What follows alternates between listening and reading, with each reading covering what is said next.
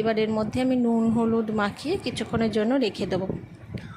তোমরা যারা আমার ভিডিওতে নতুন আছো তারা অবশ্যই চ্যানেলটাকে সাবস্ক্রাইব করে দিও, পাশে থাকা বেল আইকনটা টিপে দিও নতুন ভিডিওর নোটিফিকেশান পেতে।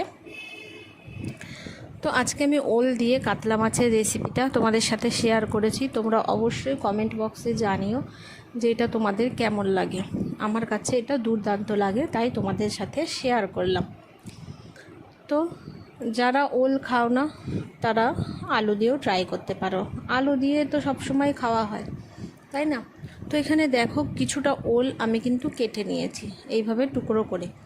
তো এটা কি এবার আমাদের কি করতে হবে, জল দিয়ে একটু সেদ্ধ করে নিতে হবে। তোমরা চাইলে প্রেসার কুকারে দিয়ে একটা সিটি মেরে নিতে পারো। আমি এখানে একটু নুন দিয়ে এটা সেদ্ধ বসিয়ে দেবো।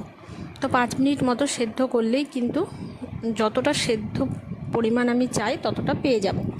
তো এখানে দেখো